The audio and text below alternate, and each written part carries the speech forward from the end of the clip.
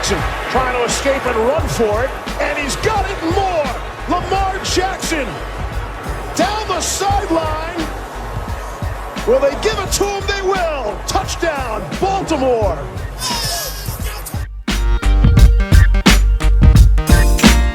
And with 1:17 left to play on Wild Card Weekend, the Hayes in the barn.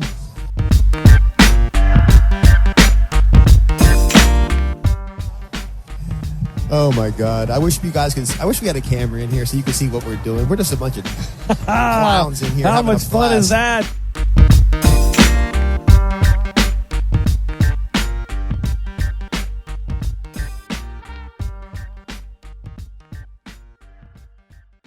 All right, welcome on back to another edition of the Baltimore Beatdown podcast. It is Tuesday, April 27th. My name is Jake Luke. I'm joined in the Jeremy Butler Memorial Studio here by my guy Spenny, and on my screen by Mr. Vasily Lurikos. What's going on, gentlemen? Can't wait for Thursday night, Friday night. Let's go. I'm pumped. Woke up with a little extra pep in my step. Was up super late watching Joe Tryon until like 4 in the fucking morning, and then woke up and was like, oh, it's really draft week. And I haven't watched much NFL Network. I used to watch, before I started like writing and stuff, I used to watch 30, 40 hours of NFL Network a week. While I was working, it was always on. Like, this is the week where it's good to put it on and hear Rappaport and all them like dishing out their little facts and cold lunches and whatever. And it's fun. The best time of the year.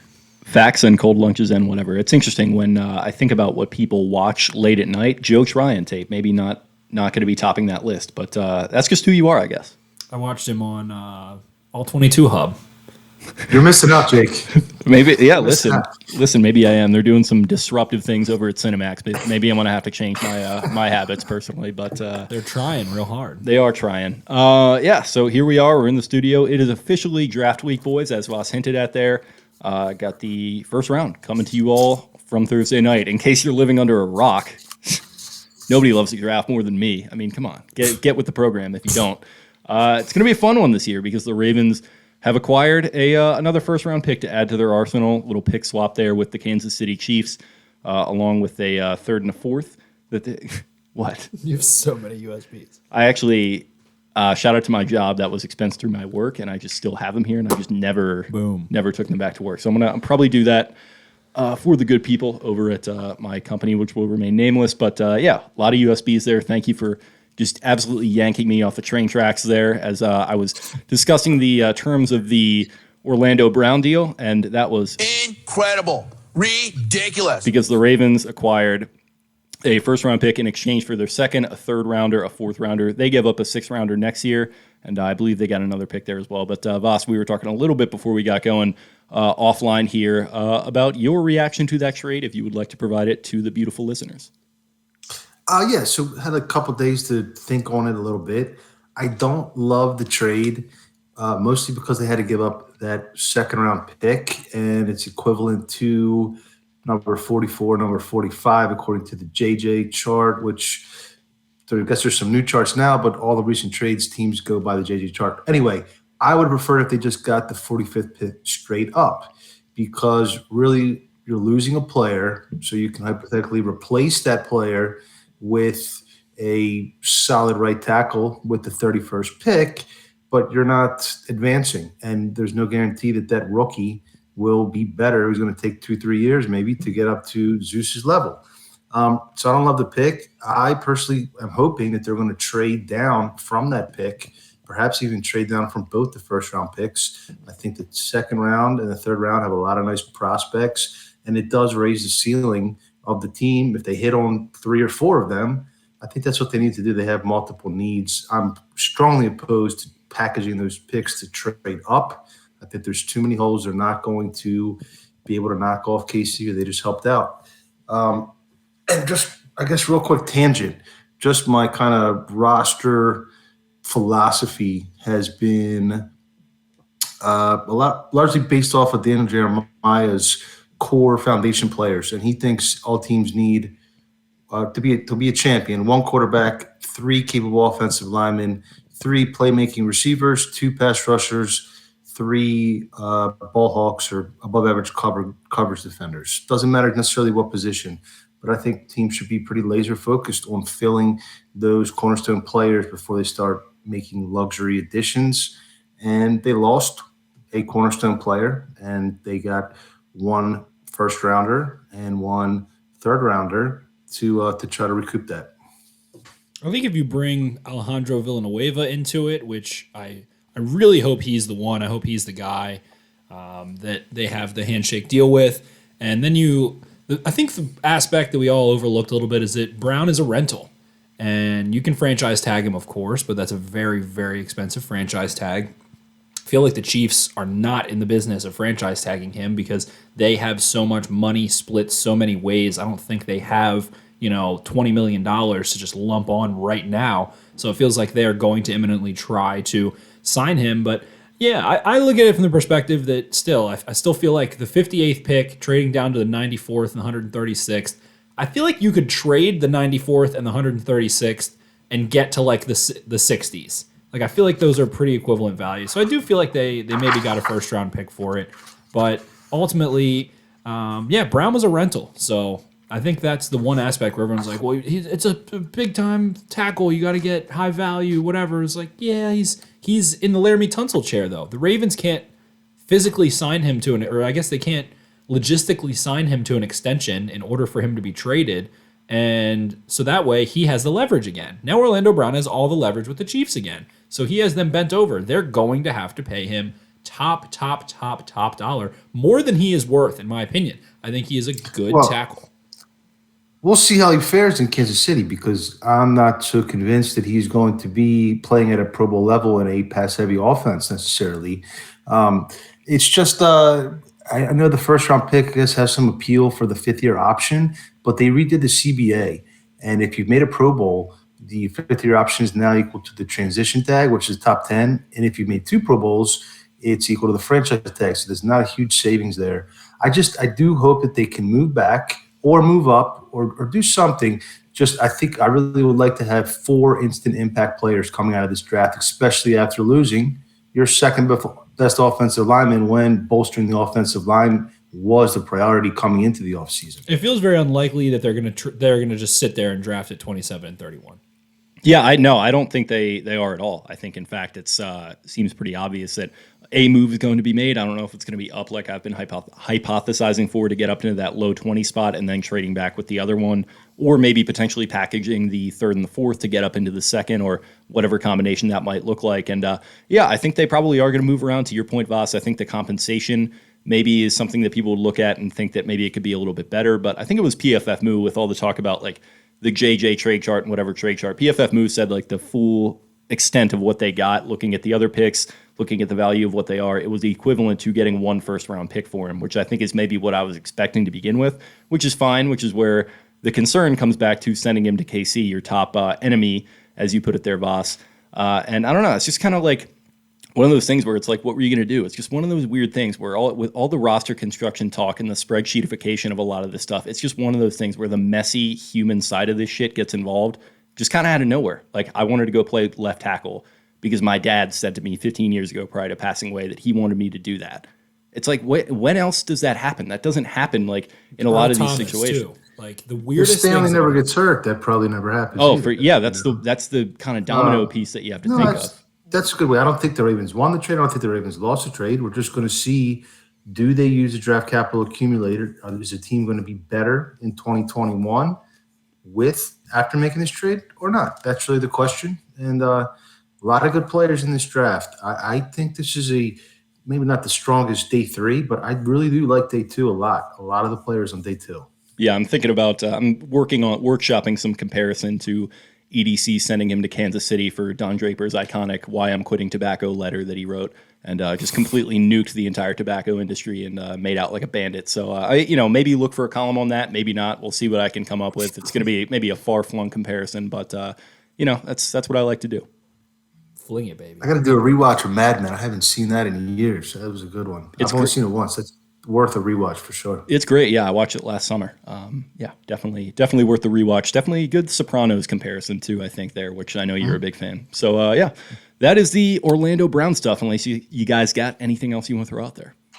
The final thing I have to say on it is that he is such a. I get the dad stuff, and I don't want to comment on the dad stuff. I absolutely appreciate that. People have sentimental family values and feelings and things. I have no comment towards that. Good for him. I'm happy for him to live out the dream. It was just, he made a comment today at the presser, his introductory presser with Kansas City, that the day Ronnie Stanley signed his extension, he basically had like a meeting of the 5 families of his own life. He said he had his mentor, his advisor, and his family and his agent all have a big meeting. The day Ronnie Stanley signed that extension, it was just like, I have never seen such a dramatic offensive lineman. And I get the family stuff. I'm not commenting that.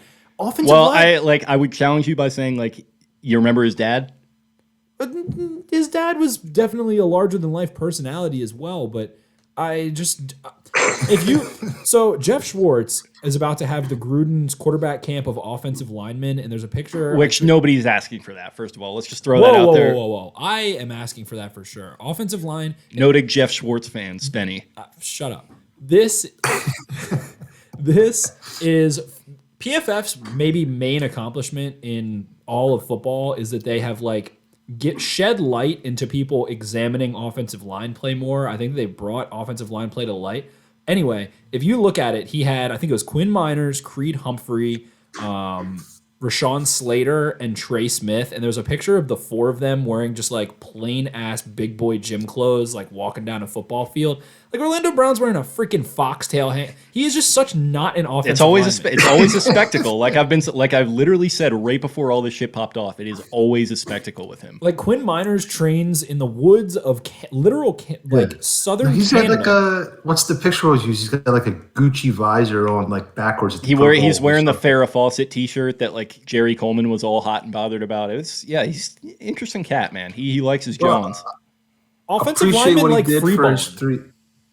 Appreciate what he did for his 3 years. I don't think he's a perfect player. I think he was boosted by Roman and Lamar in a big way. And potentially the Ravens could draft or acquire somebody that can maybe expose him when they play each other this year. That would be sick. It would be sick. And he's an enemy now. He's a big-time enemy now. I keep forgetting that they're going to play this year too, and I'm just going to absolutely dread every second leading up to that game. And the game itself probably. And after the game, when I'm recording the podcast. We're lamenting the fact that they have again lost to the motherfucking Kansas City Chiefs. So that's, with Orlando Brown, like, yeah, it was really good to see everybody. I've always got love for Baltimore. Love for that organization. Like, they treat my family so good. And, I appreciate everything they did, taking me after my combine. And I wish them the best of luck on the rest of their season. Wish them the best. Give me a fucking break. I can't guarantee that anybody in the world will be alive Sunday. Not that Sunday, because that's going to be a rough one. None of us will be alive. I'm going to be blacked out for that one. Yeah. Well, is that all we got on him? That's all we got.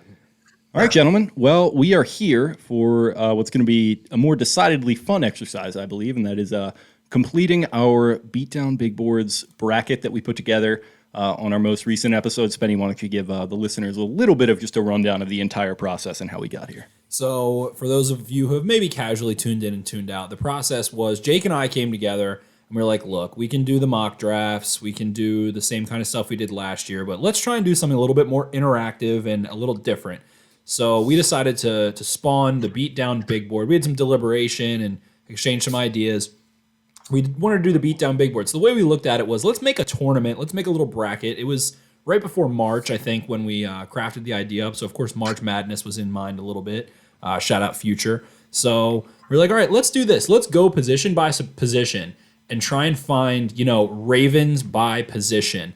And it kind of teetered in and out each week with, there's guys like Brevin Jordan and Pat Freiermuth that ended up because we didn't want to put Kyle Pitts in there. He's not a realistic option. And Pat Freiermuth isn't going to be the Ravens' first-round pick, I don't think, and neither is Brevin Jordan. But those are guys that, could make sense later in the draft or something of the sort. So just prospects from each position that we really thought would fit in well and provide some value, and guys that we liked. So then we cracked that out to the listeners. We posted polls on Twitter, on the Podcast Beatdown Twitter, and had 4 of our top guys at each position, considering, realistic targets and guys that might fit in with the Ravens, guys that we like, and let the listeners decide the top 2 from each position. Then at the end of that, we didn't do running back, we didn't do cornerback because those are, it's pretty tough to say the Ravens will draft one. I wouldn't be surprised. Well, we had planned to do an entire running backs only episode where we locked Voss in here for 24 hours, and he just had to watch running backs on a loop.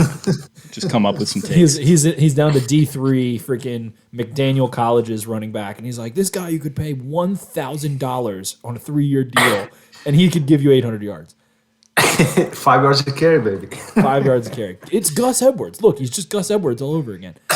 So here we are. We've got the bracket. We've put it all together at this point. We seeded it, and we've got that cranked out on Twitter right now, the first opening round. And again, I'll just quickly rattle through the bracket itself as it stands. We've got a fun matchup in the Northwest region of Trevon Merrick as a number 1 seed against Elijah Moore, who is, I think, is supposed to be an 8 seed, right? Or 7 seed or whatever. 8 seed. Yeah, he's an 8. He's an 8 4 seed. by accident. It's all good. So an 8 seed Elijah Moore. I think that's a very good matchup. We'll get into all this stuff. We got Aleem McNeil versus Landon Dickerson in a true Godzilla versus King Kong.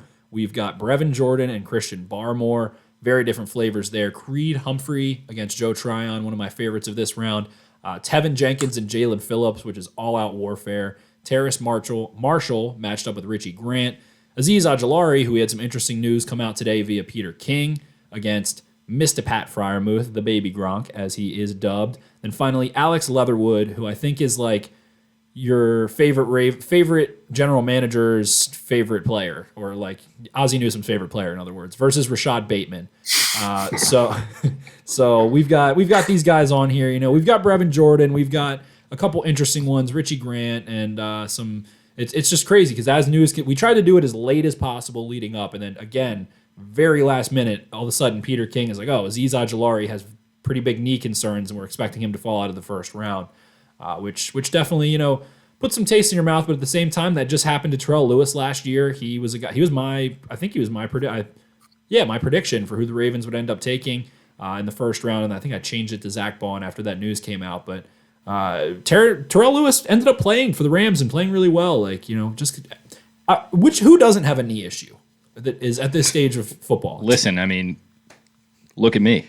Exactly. Jake's only got a half of a knee total. It's not good. It's not good. But so at this point, we've cranked all these prospects together, and news is coming in, news is coming out, and some of these guys I've definitely gone really in depth with. Terrace Marshall, I've watched the same game of his for 3 different games. I think I've watched like 11 games total of him, and he's someone that is very easy to overthink, I think, for me, versus a guy like Richie Grant. I watched like 4 games and was kind of like, all right, cool. But that's where we are, so we're going to get into it. Voss, what is your kind of first overall thoughts just looking at this bracket? You can go in any direction you want. It's a great looking bracket. I think you guys had a nice creative product here. I'm excited to be included.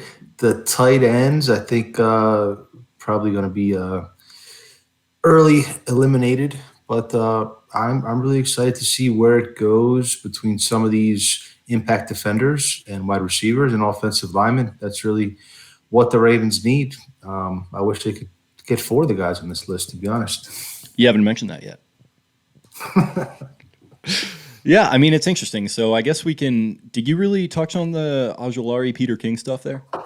I didn't. I think I just saw like a quick blurb, and I think it was like a Peter King mock draft. Do you have it? Let me see if I can pull that up. It was just basically, I think Peter King took Greg Rousseau in his own mock draft at the 23rd pick for the Jets, and he said that a lot of people have been mocking Ojulari there, but knee problems have been flagged for Ojulari, and it makes sense because Ojulari squats at like 700 pounds.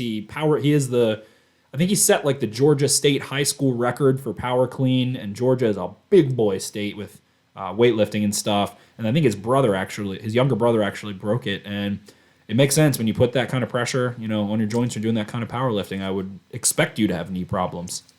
So, he's muscle. He is truly Ojulari. We can go to the first one. I think Vaz, you just touched on it. Ojulari, Pat Freiermuth. Ojulari is probably going to kick Freiermuth's ass. We have the poll posted on Twitter. I think he's already starting to already completely pulled away. He's cleaning up in there, yeah. Yeah, but Ojulari is just very rare. And I mentioned he is this prolific, like, historic weightlifter, high school weightlifter. And he looks like it and plays like it considering he's a smaller guy. Like, he doesn't have big legs. He doesn't have big, hulking muscles. But he is strong for his size. And I've been in the depths of like Malik Herring, his teammate at Georgia's Twitter and whatever. And I always search guys and just try and find what type of person they are a little bit on social media and their Instagram, whatever. The running thing is that Azeez Ojulari, everyone at Georgia says he's made of vibranium. He's the Black Panther. He does the Black Panther, Wakanda Forever, crosses his arms after he gets sacks, which Kwity Paye also does.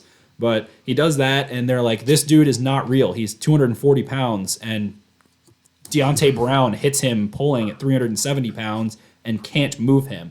So he's just a very weird prospect. He's kind of like a DK Metcalf. Like, he is stiff, but wins the corner with explosiveness and power.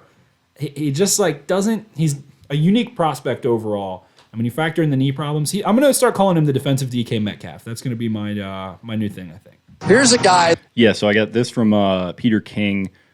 He's got the Jets with the Seattle pick at 23, taking Greg Rousseau, including in there. They could also roll the dice on Azeez Ojulari, the highly rated rusher from Georgia, who could slip because some teams are worried about his knee issues. So there you go. I don't know. This is the week where I start to not believe what's reported, and I think it is just all smoke. There was some other report that the Ravens are guaranteed to take a wide receiver at 27 or something earlier today. This is the week where I kind of start thinking, take it with a grain of salt. Ojulari, I've been a little bit skeptical of throughout this entire process. Just the size. He's not a typical Ravens guy. We were talking about it on the Slack, Spencer, and they've only picked two guys, maybe even kind of in the range of that same size. He's pretty close in size to Bowser, and Bowser is about the smallest that they've taken at edge under Harbaugh. Right, but I don't think necessarily they would want to have one on each side. Right, exactly. And he's not. They kind of want to have a bigger rush, and the Sam's a little bit smaller. Maybe. A Judon side. The rush is usually a defensive end turned outside linebacker, and the Sam is usually someone that can actually cover a bit. And you think of, I guess, like an Adalius Thomas or.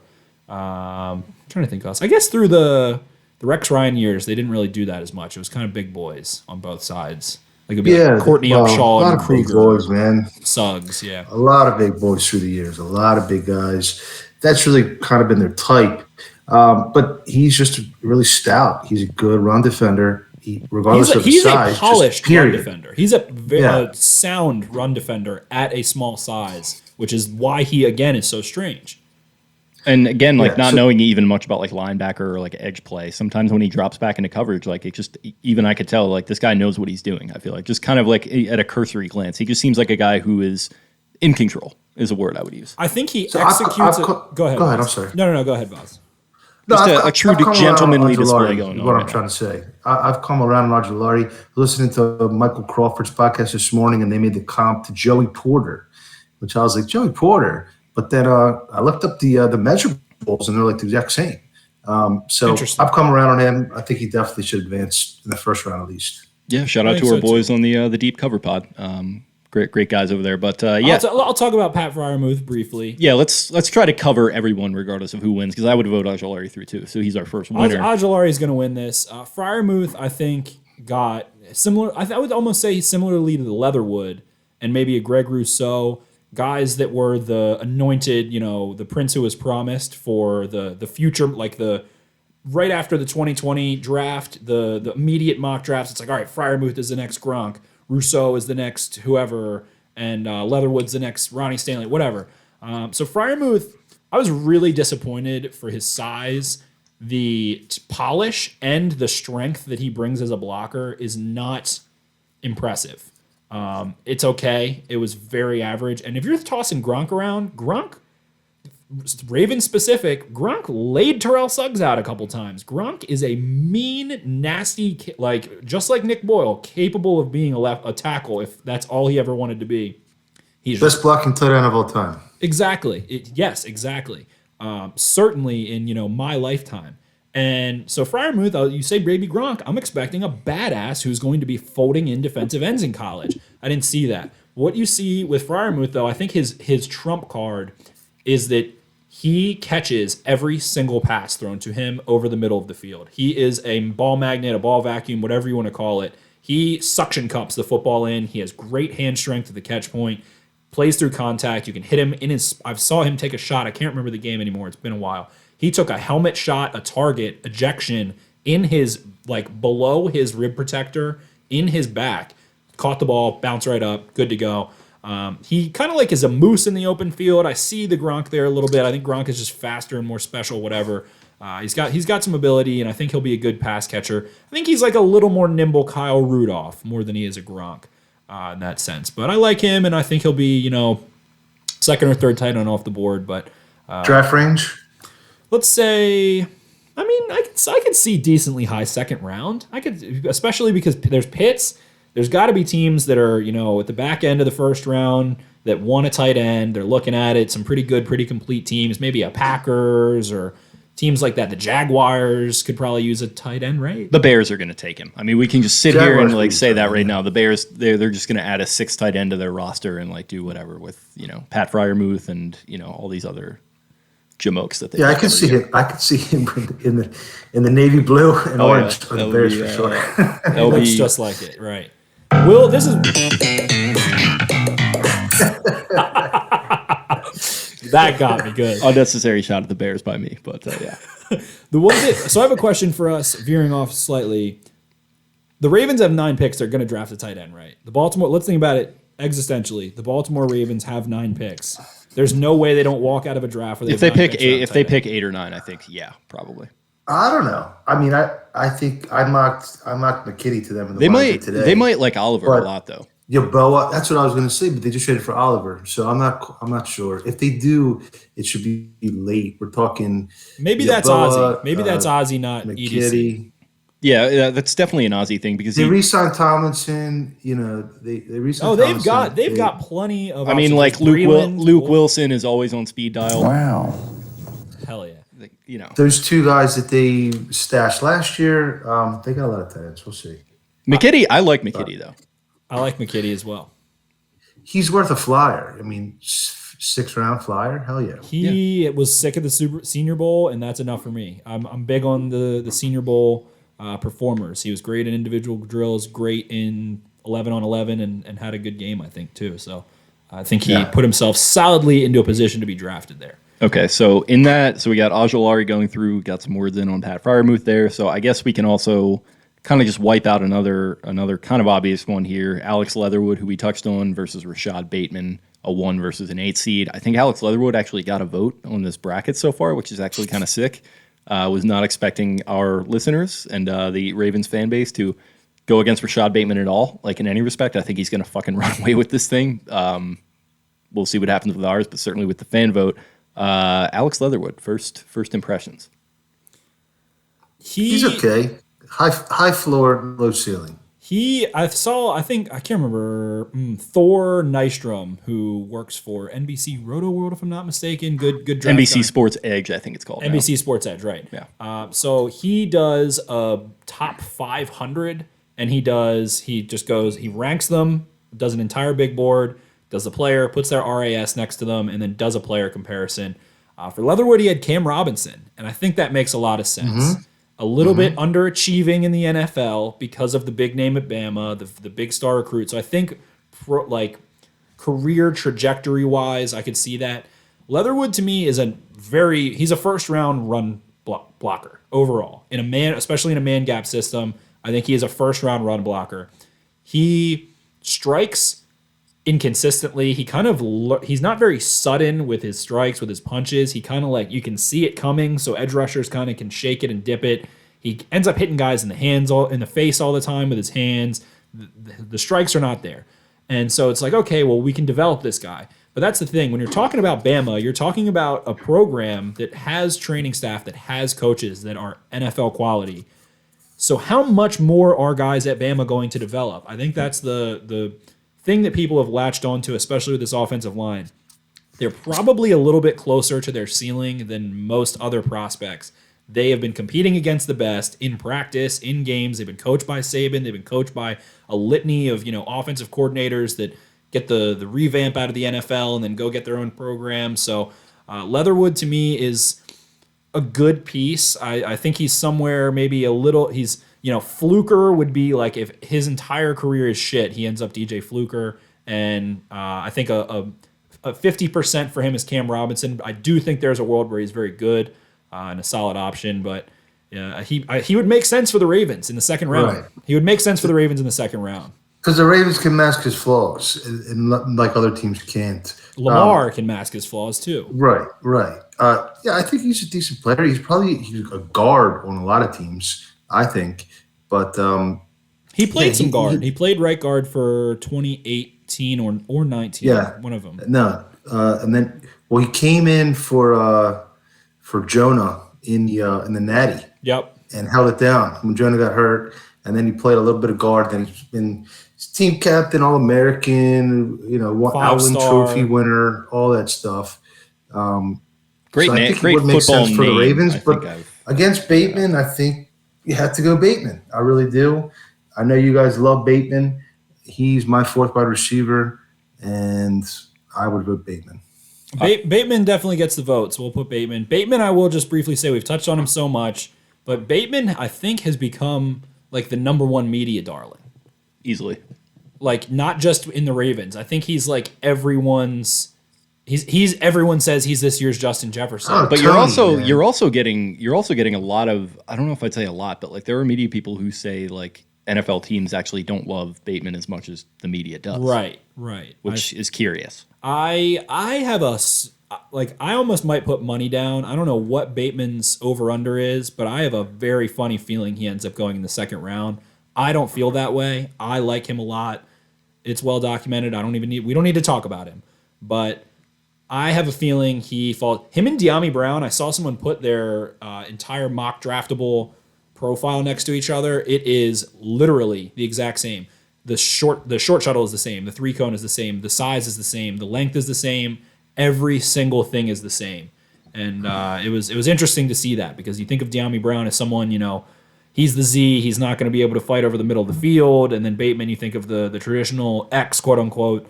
And it was interesting to see that profile wise. But we do love some Bateman, so he's going to advance here. Any thoughts on him potentially partnering or becoming a sponsor of Bill Bateman's, which we're a huge fan of on this podcast? That would be, he would get his own sauce. That would be ideal. They would name the game room after him, for sure. Okay, so that is that matchup. I guess we can move up here in what I believed I dubbed the Natty Bow Conference, up to our 4 and 5 seed on that side with Terrace Marshall Jr., the 4th seed, versus Richie Grant, Voss, your guy, the 5th seed, a wide receiver versus a safety here. Give us the Richie Grant love story, Voss. Give it to us.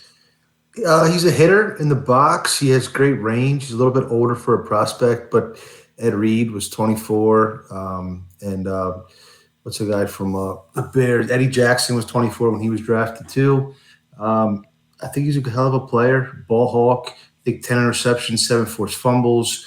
He was a 2-time or 3-time all-conference performer. National champion a couple years ago. That's right. National champion, the Knights. And I think he'd be great, man. I know we talk about positional value, but I consider a free safety a premium position. Not strong safety, certainly not strong safety, but a free safety, a ball hawk. The Ravens really need a safety.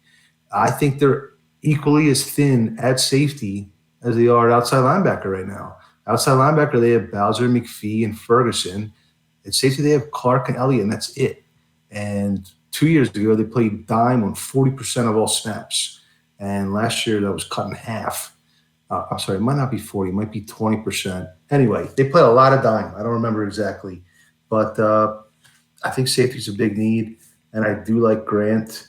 Brugler's number 1 safety for whatever that's worth, and I think Brugler's one of the best in the business. So that's my pitch for Richie Grant. I'm voting for Grant. I like to hear it. Grant is awesome in man coverage. He has really strong man coverage skills.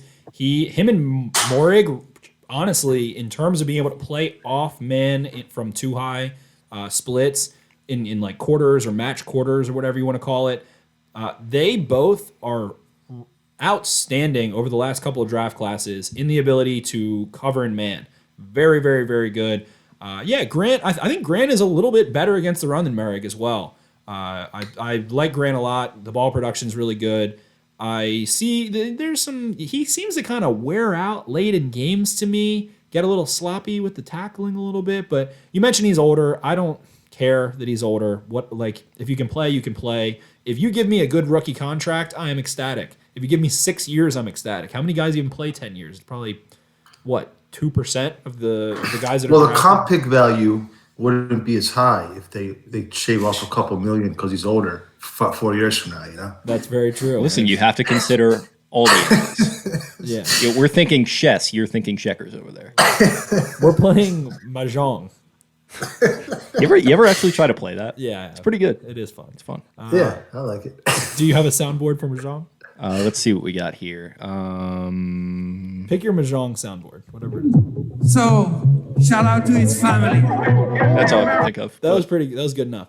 But Richie Grant to me, he's going to come in. He's going to play well. He can play in the slot if you need to. And Vaz, your comments are very right. Safety.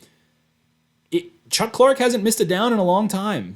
Guys don't just play forever. Deshaun Elliott obviously has missed a lot of downs. So you are down Schitt's Creek without a paddle if you don't come out of this draft with someone that you feel confident in playing this year, I think.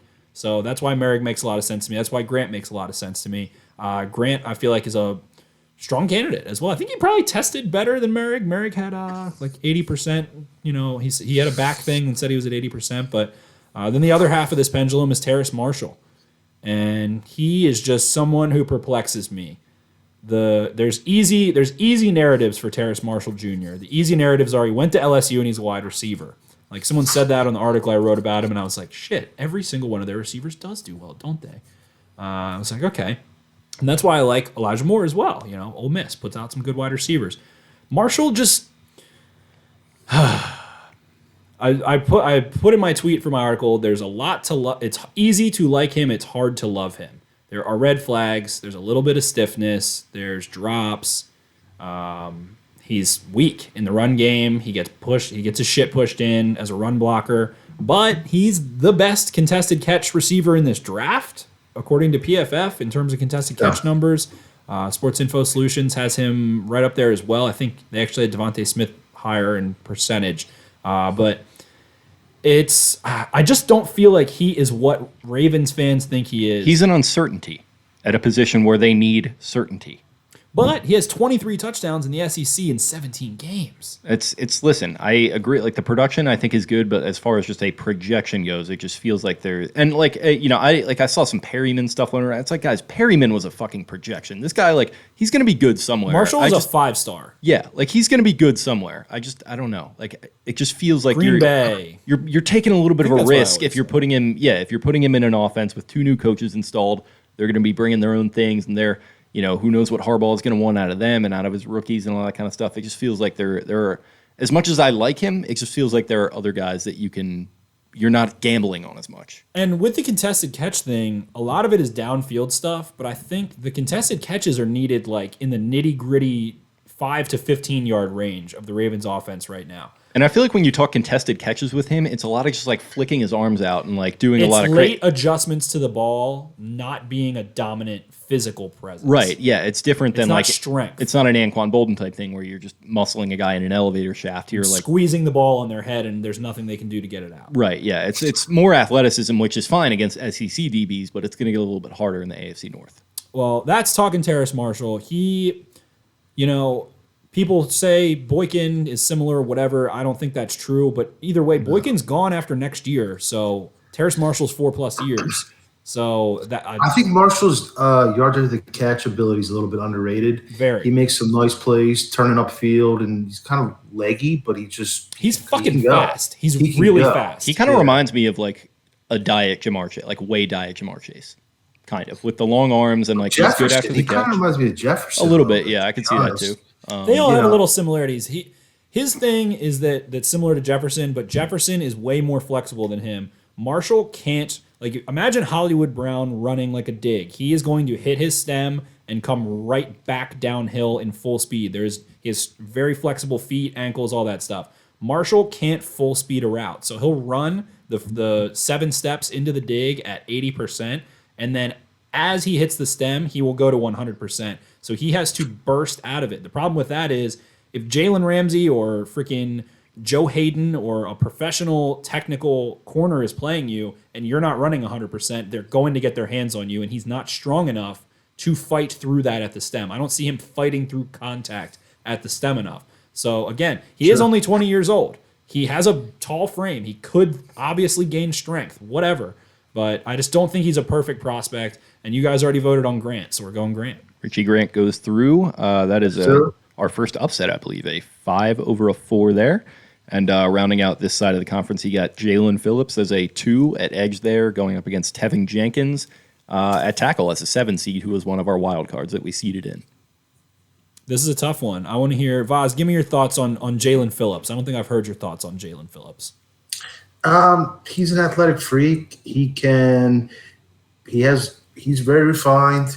He's a good pass rusher. The injury risk is very concerning to me. I personally, I think, and I did see that at one point UCLA medically DQ'd him, but then actually they were mistreating or misevaluating him, and then he was the one that opted out. A little bit of a cloudy, fuzzy history there. He is do you think he's fool's gold then? Do you think he is? He had that 1 year at Miami, and then he's not going to be able to be an NFL professional for 5 years? I don't know. I'm skittish about injury risk players in the first round after Perryman, really. If Perryman never got hurt, who knows, what happened. But we just don't know what it is either. Is it just the concussions? Wasn't he in the same recruiting class as Lawrence and Fields? Or was he the year before? He might have been the year before. He might have been. Yeah. But yeah, he was a number 1 player. I've been aware of this guy for a long time. I don't know. He doesn't quite do it for me, and I think it's mostly injury related. I'm personally a huge Jenkins fan. I would love to see him teabagging Steelers after putting him in the ground. Damn, and I think he has a potential to be a better version of Orlando Brown Jr. halfway through his rookie season, if with a few refinements in his technique.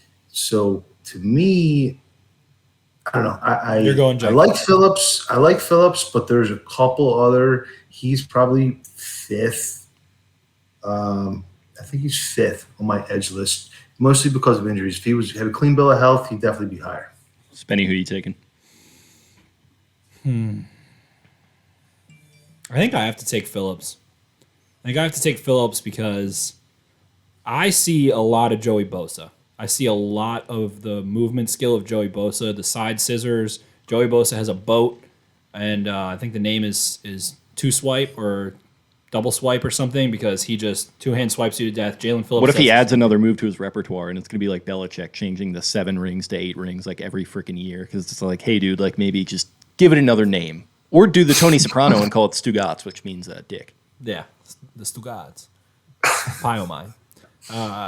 The two best little nugget names of Sopranos, Pie o' mine and Stugotz. But anyway, Phillips, I don't think I don't know a ton about Miami's defensive exact methodology. I can't even remember their defensive coordinator's name off the top of my head, and it's pissing me off. He didn't have a ton of run responsibility, I don't think, in terms of the edge. I do think he is probably best suited to play a more traditional defensive end role.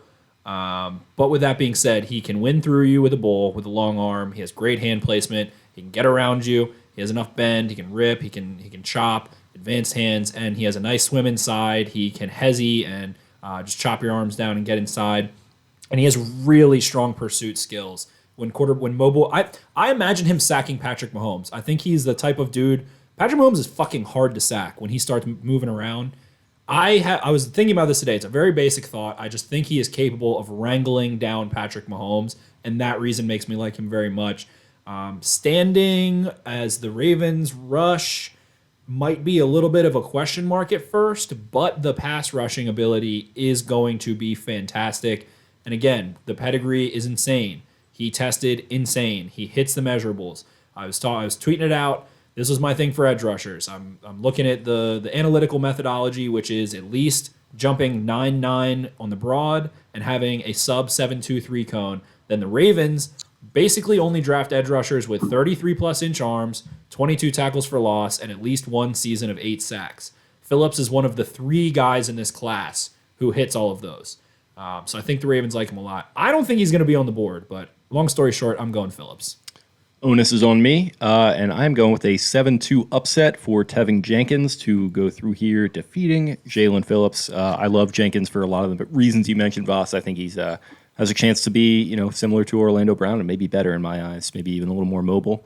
I just think it's kind of a perfect fit, and he might be. It's interesting as a 7 seed that he's probably going to be in conversations for their first pick there at 27, or maybe even a jump up. But I love him.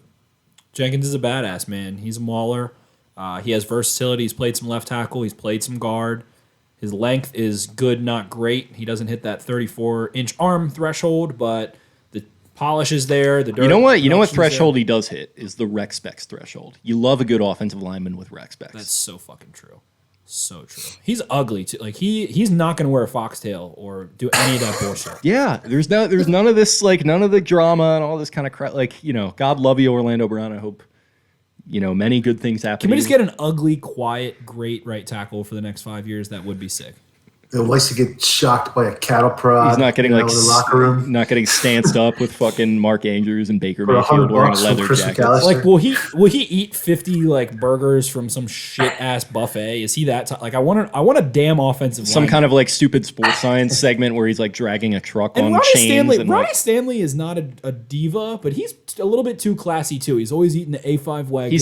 He's Euro trash. He likes Bayern Munich. He's from Vegas. Yes, exactly. Like, can we get a dirty, grungy motherfucker to play right just tackle? a country boy, blue collar. Yes, exactly. So he had one. He doesn't have the feet for it. He's got to kick inside. Yeah, big country. Yeah, we got big country.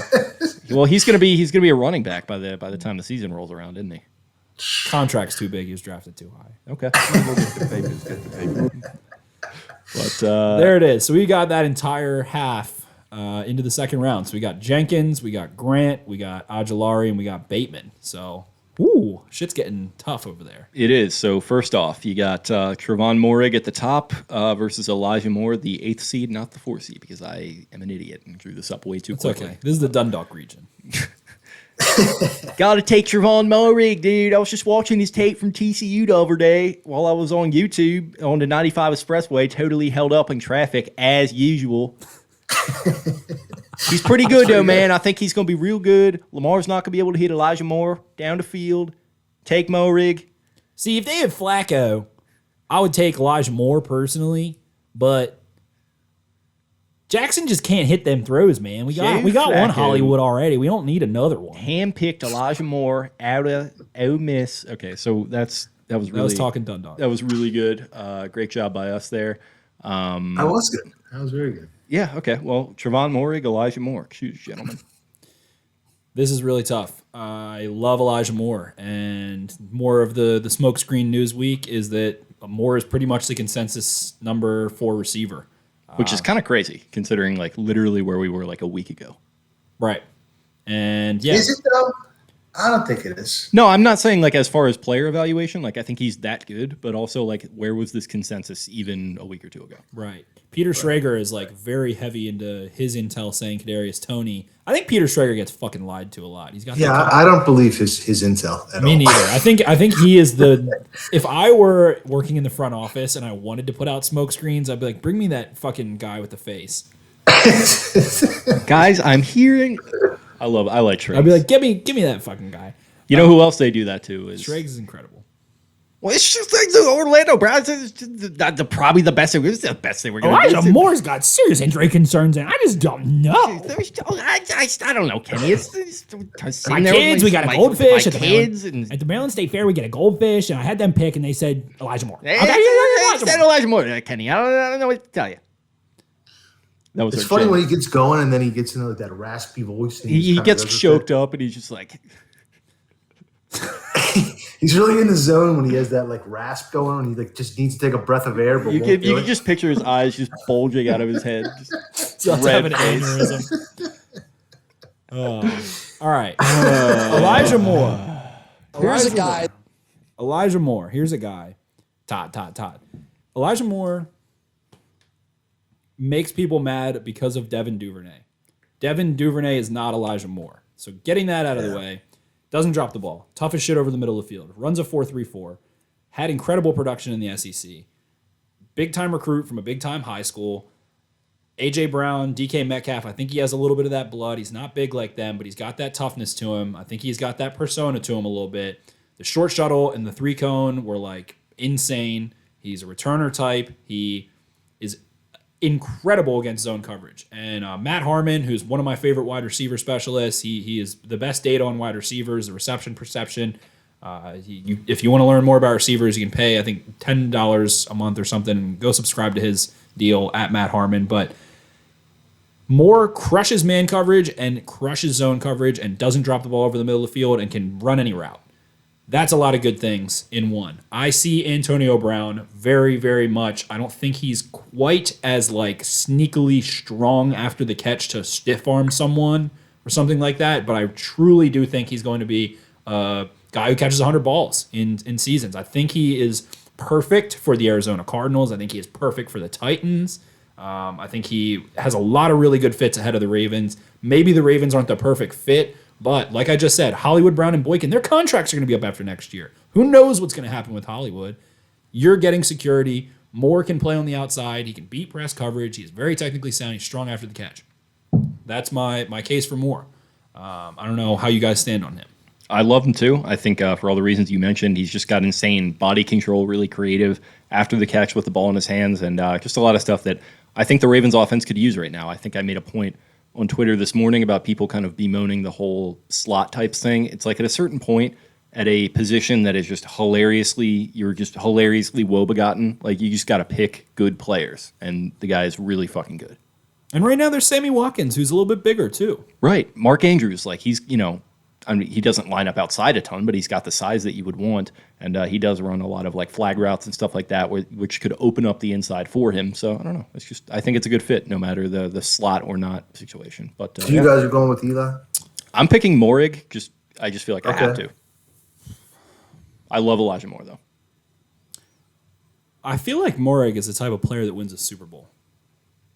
He is so comfortable, calm, collected, communicates. So precise. The dude is never out of place. And the interesting part about this exercise too is I feel like they could wind up with both of them in separate rounds. That would be if they could trade. Yeah. If they could take.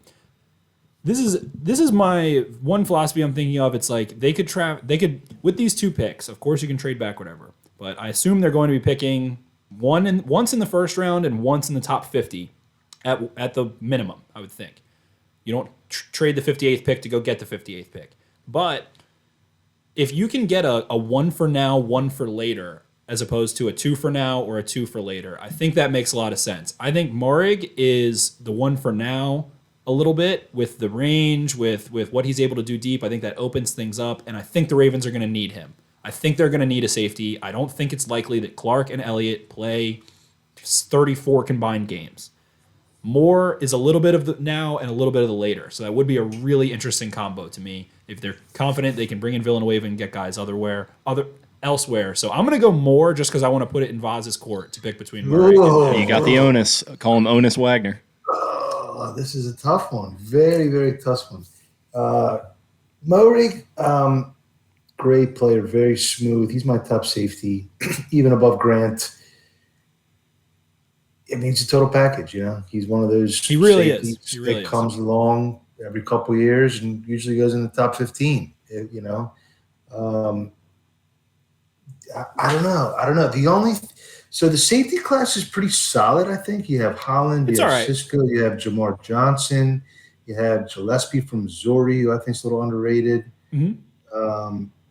And those are only the free types, and you got quite a few box types. You got a ton of them. You got a ton Washington, of boys, yeah. But they really don't need that. No, they don't need a box type. The idea would be to get a free, and then you can kick Clark down in the box to help with communication. He's better on tight ends, all that stuff. All right, let me think about this more. Elliott's contract is up this year, right? He's been around for a while. Elliott's a free agent. Everybody's so concerned to replace the defensive tackles, but you have, and I think what's his name? Geno Stone. Geno Stone is the James Prochet of defense. Oh yeah, that's a great I would comparison. say with that one. He didn't make the team. They cut him mid-season. They signed how many different guys off the street? Then he goes to another team. Then he's sitting out on free agency. Then they bring him back, and now he's going to be your dime safety. Give me a break. So weird. He's just a guy he's one of the guys who a lot of people are like, oh, classic, great Ravens pick in the 7th round, and people just don't forget that. Right. Yeah, but he left, and then he didn't play the whole year. And they signed what 4 different they've to play above him. They have stopped playing dime completely. They have tacitly acknowledged what they think of Geno Stone. Yeah. All right, Eli. I think I like him a lot. I like him way more than Tony, to be honest. Tony, I think, is a little bit too improvisational for the Ravens style. And Tony's just more dangerous after the catch, and I think Moore does pretty much everything better, other than, just not breaking tackles and being quite as dangerous. I'm going to throw a curveball and go Moore. Spenny's been pumping him up since the beginning of the cycle, and I can't lie, I bought in at this point. That is an 8 seed over a 1 seed.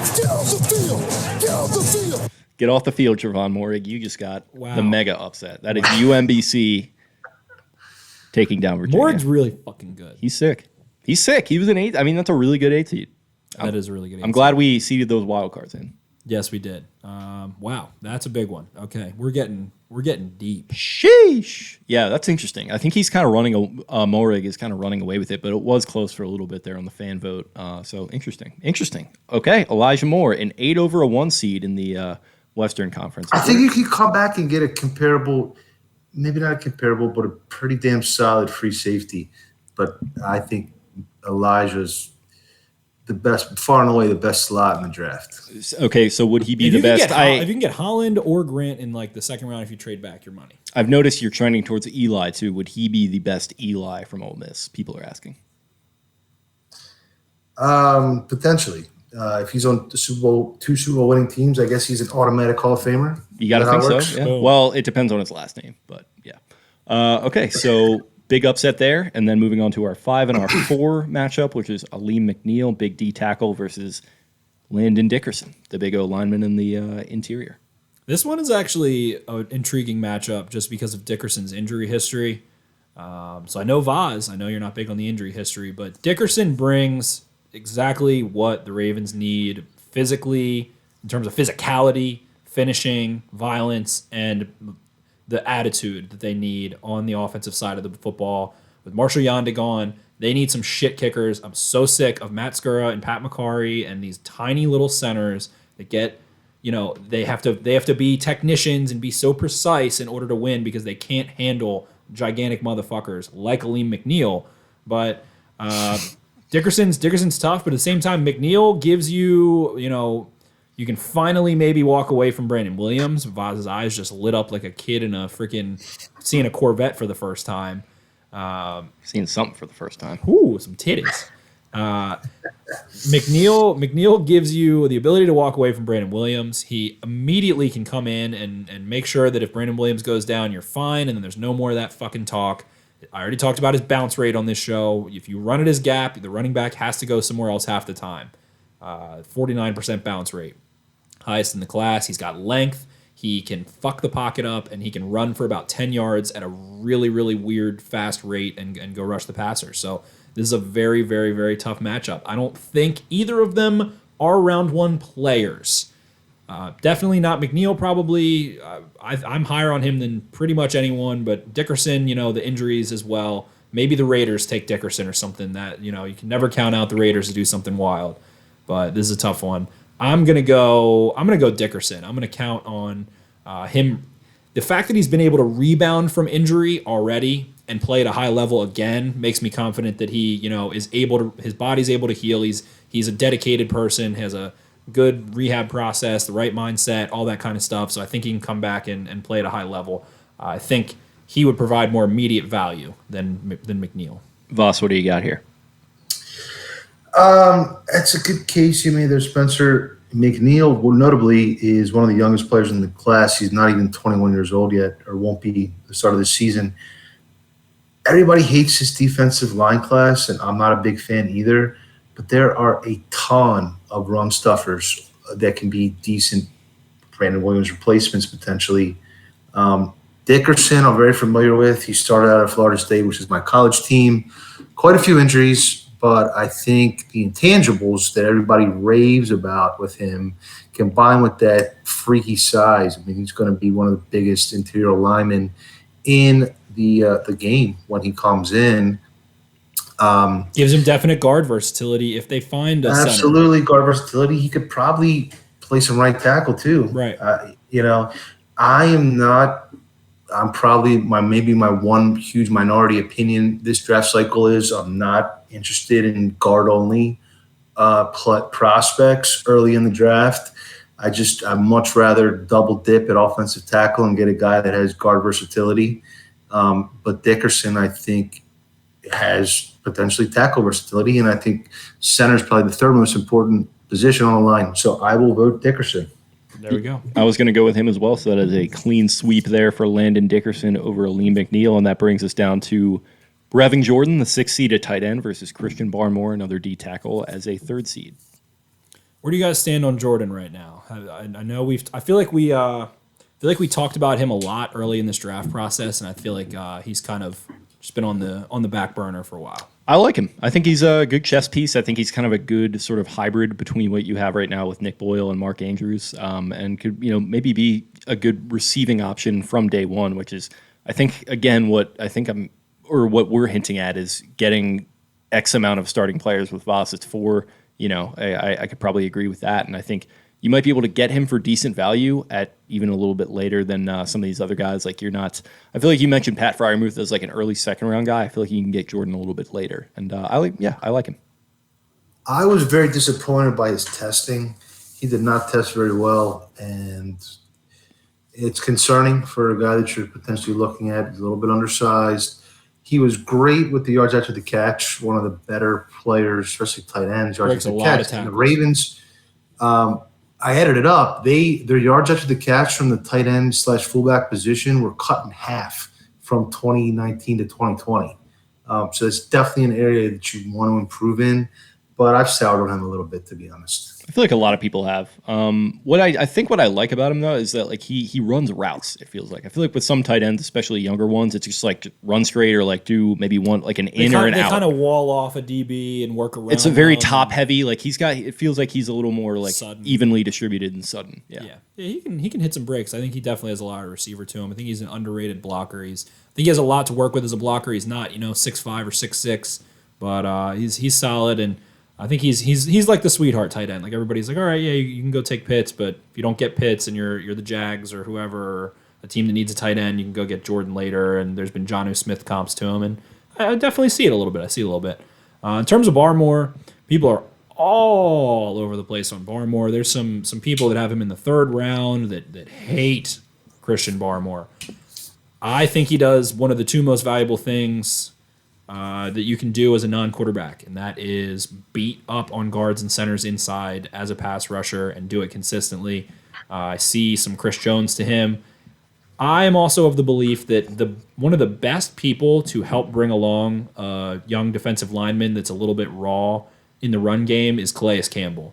He is it's like he's like Shaq's uncle or something. Like when you watch him talk with why is his name escaping me? Brian Baldinger on the NFL Game Pass. Claious Campbell has a series of YouTube videos that he did himself talking about pass rushing moves and how to do drills and stuff. Like he fucking loves teaching people how to rush the passer, how to play the run, what proper fits are, what proper techniques are. He is just like he's the president.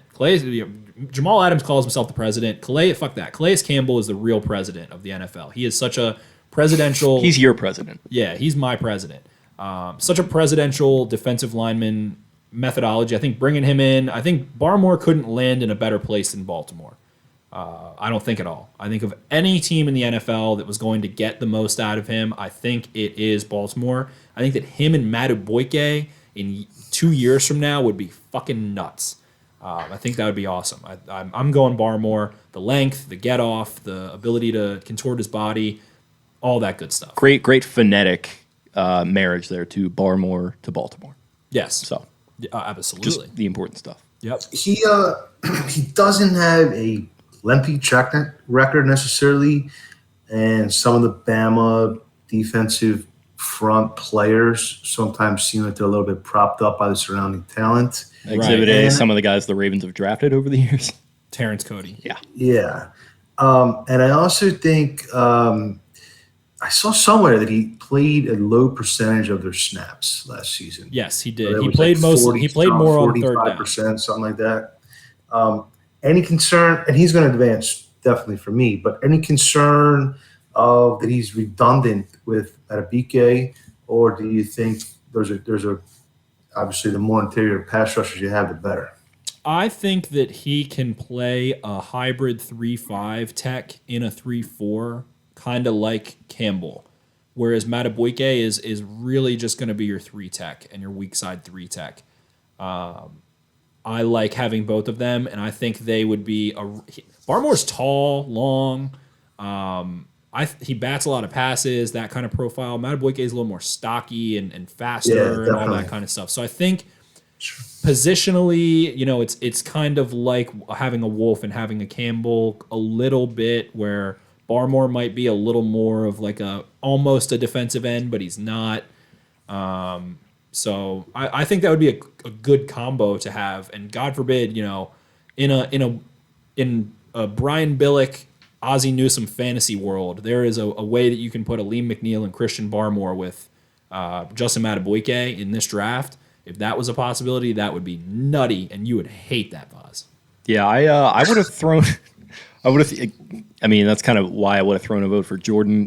Just kind of like the whole run stuffing stuff and all that kind of like. I've been very open that I'm kind of all in on offense this offseason, and as much as I like Barmore, a tight end that can be kind of that move tight end and maybe contribute from day one, maybe even make some noise out of the backfield, which I always think is pretty fun and would be cool for a Greg Roman offense. I would have voted for him, but I can totally understand Barmore going through, so he does that. And that takes us to our last matchup of round 1 here, which is a 2 seed in Creed Humphrey, which Spenny had a fun little time making a video of the other day, and Joe Tryon, a very strong 7 seed there. This one's a fun-ass matchup. 2 guys that I just rewatched both of. 2 guys?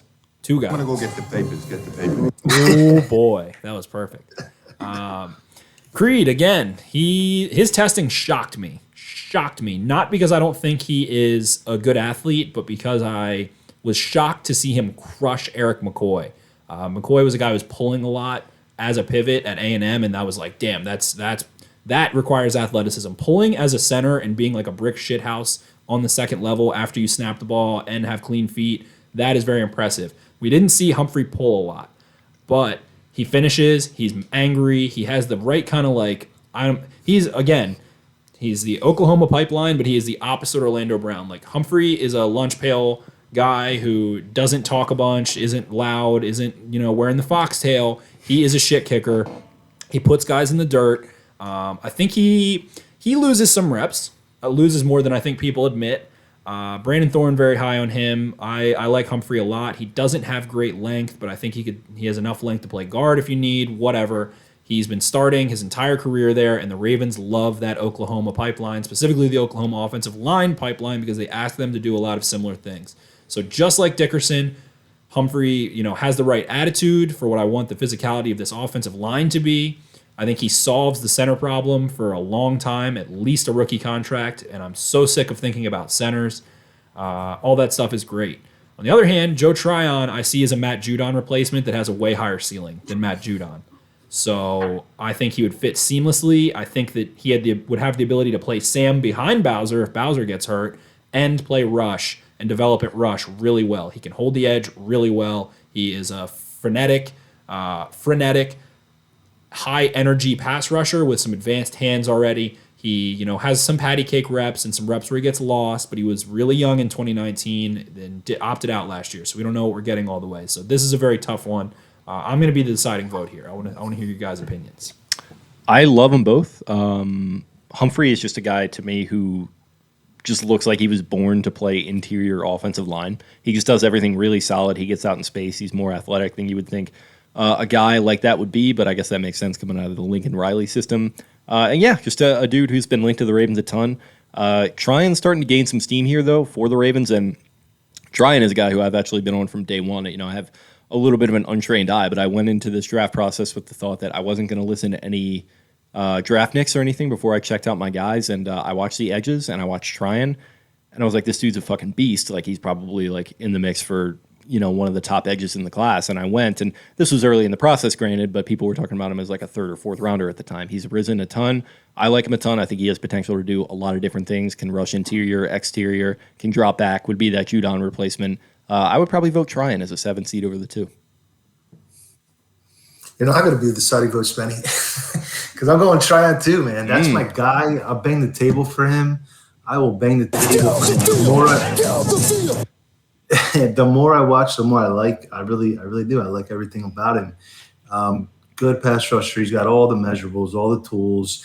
He's got a nice, he can dip around the edge. He has a little inside swim. He can drop into coverage. He can set the edge. You had a good tweet. We had a bunch of different clips on it that really displayed the full arsenal of what he has. I checked out Daniel Jeremiah today, did his new big board. He's got Tryon all the way up at 33. And if you see Jeremiah putting a opt-out, high-ceiling edge rusher at 33, that's a good sign because he's not the kind of guy that's going to prop somebody up above a Humphrey, who's a good player. He's definitely a good player, but I think he's more of a second-round talent. And regardless of who's been buzzy for the last 12 months, I think Tryon's a better player right now and has a higher ceiling. Tryon almost hits all of those thresholds. Again, he's just shy of that broad jump. He didn't have the season to go get the tackle for loss needed, but he's got the length. And yeah, you can just see I posted a clip of 2 games. In those games, you see him in coverage, dropping into a hook and then going and closing on a shallow route and smacking someone twice. You see him sticking Penny Sewell in his chest and then collapsing the edge. You see him winning with inside moves, that swim move you mentioned. You see him winning with a long arm bull rush.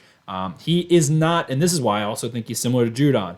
He is not refined. He rushes with too much energy and not enough control to be able to speed and dip around and flatten. But he has a nice chop, better than I thought Judon had as a young edge rusher in Baltimore. He's got a nice speed chop. So when he uses his get off from a wide alignment, he has a very quick, long, heavy chop that he can disengage. I like him a lot better than Azeez Ojulari for the Ravens, I think, because of the coverage ability, because of the length, because of the height. There's what I don't know about the injury concern, whatever. Tryon doesn't have any. And just generally, like I said, I like to try to watch a couple interviews, see what a kid's about, the way they talk about things. He's all ball. He is all ball. He's got a fun personality, and I think he's a perfect fit in Wink Martindale's defense. So he advances, and he's gonna fight some good ones over there. So there's your first round, and that pushes us through to the second. And going back to the reverse fixture, we have Azeez Ojulari, who was a 3 seed versus a 1 seed in Rashad Bateman. I'm going Bateman. Bateman, to me, his ability to attack blind spots, his ability to stack, his understanding of how to play different corners and attack off coverage versus attack a zone-heavy scheme, have the contested catch stuff, the way he doesn't slow down. Him and Elijah Moore both, who both advanced in the first round, they are 2 of the best in this class, especially outside, those consensus top guys at catching and running. But Bateman drops the ball sometimes when he does that. A little bit, but I went and I looked at all the drops leaders. I looked for the last 2 years. It's Stephon Diggs, A.J. Brown, DJ, all the best receivers drop the ball a lot because they're trying to make tough fucking catches because their team relies on them all the time. So I think that Bateman has a lot of potential, has a quick, easy transition to the NFL. While he might not be a superstar, he's not, A.J. Brown's athletic profile or anything like that, but he's gonna be a good receiver, and everybody loves him, and Ojulari is fine, but like I just said, I like Tryon better. I know Tryon's on the other side of that board, and I see him filling that rush role a little better, so I'm going to go Bateman. Yeah, I would go Bateman as well. I feel like it's probably going to be, we don't have to, deliberate on this too much. He's just kind of the 1 seed, the favorite. We all knew this going in. He's kind of just the perfect fit for what they need at receiver, and he's going through again here, Voss. I like Bateman as well, unanimous. I want to make the point that a lot of people love this wide receiver class. It does have a lot of depth. We all have our favorites later rounds, but I don't think it's as strong as the top as it was last year. Marshall already got eliminated. He probably doesn't go before any of the second-round wide receivers last year. I don't think. Yeah, it's interesting. It's an interesting juxtaposition as well, but it is a very deep class, like you mentioned there, and we already had Elijah Moore go through on the other side, so it's an interesting setup. Above them, we have Teving Jenkins, a 7 seed, versus Richie Grant, a 5 seed. 2 upsets going up against each other here in the second round. Well, now I've only got 1 safety on the board, so we know that. But I'm going Tevin Jenkins. I like the versatility. I like the attitude. I like the need. I would like the offense to be addressed and maximized. Richie Grant, I see him as a, maybe like a Ronnie Harrison type player, perhaps in the NFL, and I like him for what he can do. But Tevin Jenkins, I think, value-wise, especially knowing that Ravens don't have a second-round pick, maybe they trade back, whatever. But I'm going Jenkins. I want the attitude. I want the offensive investment. Voss, what do you think? Yes, I agree with Jenkins. He's the kind of guy you want when you're playing Tennessee in the playoffs and you need a 4th and 1, and their defensive tackles are spitting on your Hall of Fame guard to knock somebody's teeth out. So I like Jenkins a lot. As much as I like Grant, I have to go Jenkins here. So that's another upset. We've got a Cinderella story brewing here potentially with a 7 in Teving Jenkins going through over a 5 in Richie Grant, who, again, we all like. Safety is an interesting position here, but, Teving Jenkins goes through as a 7. He's going to be facing Rashad Bateman, but in the reverse fixture of that, we have Elijah Moore, the 8 seed, the other Cinderella story, going up against Landon Dickerson, the 4 seed. Wow. I think that's a good matchup. I also was scrolling just now when we took our little break and saw Baldy, of course, was talking about how he thinks Landon Dickerson might be sneaking in to the first round there. And so it's tough. But in a class, a deeper offensive line class, I think I'm going to go with Moore. I think he provides some trouble. He's the only receiver on that side of the bracket as well, so I want to see him get deep and do some damage. Receiver, more of a luxury than a need. Offensive line, center, they've got some options. It's kind of a similar situation trying to pick a center prospect versus a receiver prospect, so I think that's a tough call, and 2 SEC studs, so it's a tough one, but I'm going to go with Moore. Voss, what do you got? I think they have more depth, like the Casa call it shallow depth on the offensive interior than they do. Little bit of an oxymoron there. How insulting of him to say that. That is a nice oxymoron. Quite insulting. I'm insulted by it too, to be honest.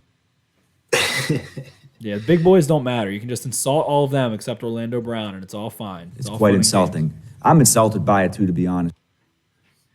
I don't know, man. This is a hard call. This is a really hard call. I wish I was privy to Dickerson's MRIs and all that kind of stuff and really know. Well, just talk to Shefty. He's not a big HIPAA guy. Yeah. Right. Yeah. Motherfucker. I hated him for like 2 years after that, but I like Shefty. I think I'm going to – I mean, it's a total toss-up for me, to be honest. I am going to take Dickerson and put the pressure on Jake to make the final call here. Love that. Man, you mentioned shallow depth there, and I rudely cut you off saying it's an oxymoron, but how many of these interior offensive linemen are you going to draft that just aren't going to do much until like one of them eventually has to do something? You pick Ben Powers, you pick another Ben and Ben Bredesen. Why are you picking all these Bens? Bam, like, bam, just bam, aren't doing bam. it. Bam, bam. Yeah, it's just like all these guys, like Pat McCarry comes in as an undrafted guy. It's like eventually like you got to just kind of roll with it, especially when you don't know what's going on with the wide receiver position. Elijah Moore is just a stone cold killer, and he's going through here over Landon Dickerson. An 8 seed, now over a 4. The Cinderella story continues as he makes his way into the final 4. There's depth in the offensive line class of this draft, and you can find some guys, whatever. Okay, so can't find a Landon Dickerson, late unless he does really fall, but there's some depth. So we got last matchup here of the Elite 8. It is Christian Barmore as a 3 seed versus Joe Tryon, a 7 seed. This is an interesting one. This is a tough one. Barmore provides something that, is the most valuable. And again, that's that interior pass rush. He's got the pedigree, like Vaz mentioned. I think he played pretty much always on third down, but only 30% of non-third down snaps, something along those lines. I think that's slightly wrong, but kind of close to right, if I recall correctly. But it's tough. That's a tough one. Like I said, I think Baltimore is the spot. I think, with their Alabama ties and all that shit, they're going to be able to take him in. They're familiar with the program of how Alabama works. The defenses have similar blah, blah, blahs. Tough one. Very, very, very tough one. Tryon has some question marks too. He's a little tiny bit, frenetic and raw. We haven't seen him in a year. He did opt out. So I think there's a little bit of question marks for both of these guys. Both defensive players, both defensive front players. It's a tough one, but have to go with the immediate need, I guess, in the end, and that's going to be Tryon. When you've got close players, and I do have Barmore and Tryon close, you want to tip the hat to need, and edge is the need. That's a great point. That's kind of really where we are. I think this is where the Ravens are going to be, and they're going to have 4 guys that are all kind of about the same grade, and they're going to say, who do we need? Right. That's the limited BPA, right? Limited best player available that we talk about sometimes. To me, it's a pretty easy choice, to be honest. I like Tryon a lot, and the Ravens do have a long-term need at the defensive line. In an ideal world, they would accumulate 10 picks, and all the perfect players would fall exactly to them, and they would. They're fill great all at finding them needs. in free agency. They're incredible at finding defensive linemen in free agency. They're not going to be able to fill every single long-term need and every single short-term need in one draft, and you got to pick your battles sometimes. And I think Tryon would be a very nice long-term compliment to Bowser as well. There you go. Joe Tryon, the 7 seed over the 3 seed. So this is just a real Cinderella tournament. We got a 7 seed in Teving Jenkins, an 8 seed in Elijah Moore. Below them, you got a 7 seed in Joe Tryon and a 1 seed in Rashad Bateman. So Bateman kind of the last standing alpha dog there. And it is Rashad Bateman versus Teving Jenkins, the 7. Who do you guys got? Wait, which one is it again? So it's Teving Jenkins as a 7 seed versus Rashad Bateman, a 1 seed. That is a very, very, very tough one. I think that is a really good matchup. I'm glad that this bracket has kind of worked, I think, if these are the guys that are getting through. I think I'm gonna go Jenkins. I think I'm gonna go Jenkins over Bateman. Get that damn line right. Find receivers. Whatever, but get that damn line right. I would be more mad. This is kind of not the way that I like to do things, but I would be more mad to see the Ravens, their goals fall short because of offensive line play after being forced to trade Orlando Brown than I would if they just didn't quite have enough receiving prowess. It would piss me off a lot more. Jenkins is probably a really good long-term answer, I think. And I do love Bateman. You know how much I love Bateman, and you guys could still go Bateman, but I'm going Jenkins. I am going to take Bateman because he needs to get a vote here from someone, so I'm going to go ahead and do it. We all love him. We all love Jenkins as well, so I'm going to give him the vote, leave the onus to Voss between 2 real heavy-hitting prospects here. Yeah, they really are. They really are. Bateman, he had a great year in 19. He's been kind of a top 20 prospect, and Jenkins, I think, is knocked down on some of the analyst board because he's kind of a right tackle only, not a left tackle. Quite a few guys have him in the late 30, 40 range. I'm pretty sure Sports Info Solutions called him a guard. I'm pretty sure they put him in the guard rank. Because he's sub 34-inch arms? I think they might have thought he was even that's not bad length. That's just not great length. That's I saw a film breakdown from Coleman on Jenkins. Did a nice job showing his technique in pass pro. I He's agree. pretty polished, and I think he's strong. Yeah. If you kept Zeus for a year and said, okay, we're not going to take the whatever value, we'll take the comp, whatever, you need a tackle. Tackles are harder to find. They really are. They're just shorter tackles. If they had Villanueva, I feel like we might be going the other way. But I'm not so confident in Villanueva personally. At least it's another stopgap, Right. Yeah, I'm going Jenkins. I'll push it that way. You win in the trenches. Incredible. Ridiculous. 7 seed over a 1 seed there. Teving Jenkins takes down Rashad Bateman. I did not see that coming. I'll be honest. I think this podcast, we love Bateman, but I think Bateman's gotten a little tired as well. He's a little, he's, we found some new flings that, the weather's starting to get a little bit warmer, it's spring flings, baby. It's time to have some fun. We're having fun with Spring fever. Teving Jenkins, he's running around in the sundress, just apple of our eye. So yeah, Teving Jenkins, a 7 seed over a 1 seed, and that leaves the other 7 seed in Joe Tryon versus Elijah Moore, an 8 seed. Ooh, buddy. A true Cinderella story. That's tough, man. I feel like if I pass on Elijah Moore, I genuinely do feel like I'm passing on a very successful receiver that I know is going to be very successful. And that is a really hard pill to swallow. If I pass on Joe Tryon, I feel like I'm passing on a good scheme fit that's probably, not going to be an all-pro or anything, but is going to be a good player. So I think I'm going to go Moore. I feel like Moore could be very, very, very, very special. Very, very special.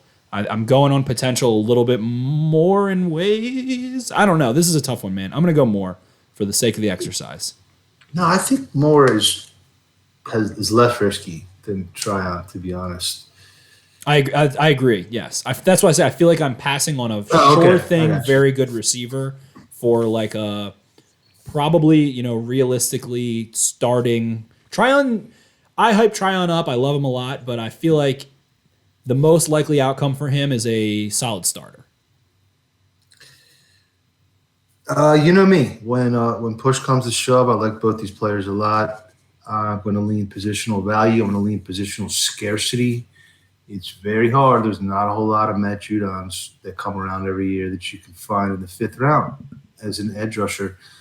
Undersized wide receivers, and I think Moore can play on the outside, but he's still undersized. There's a lot more prevalent. So I will take Tryon. Jake, what do you say? Interesting. That's really, really interesting. I'm gonna write down Jake's pick because I know it, and then I'm gonna show you guys once Jake picks. I think Tryon is the better football player. I'm gonna go Tryon. Holy shit, I was so wrong. I thought you were just gonna be like, there has to be a receiver. I'm sick of it. We need the offensive investment. Blah blah blah. Sneakily though, I understand it. You sneakily like, I feel like you kind of started to watch a little Tryon and like really fucking liked him. And then slowly watched more and continued. Like he's secretly your guy. He was my guy from the beginning. Time. I mentioned, I watched him before I listened to any draft analysts or anything, and I was like, this guy's what am I missing here? And then everyone kind of slowly started to catch up. So yeah, he's been my guy throughout. That's always a good feeling. It's always a good feeling where they're like in the 3rd round, and you're like, I don't fucking get why he's in the 3rd round. Am I the idiot? Does everyone else know more? And then they all catch up, and you're like, yeah, exactly. So he's been my guy. I like Elijah Moore a lot, but again, another thing with this process is I feel like they could wind up with both of these guys, and I don't know.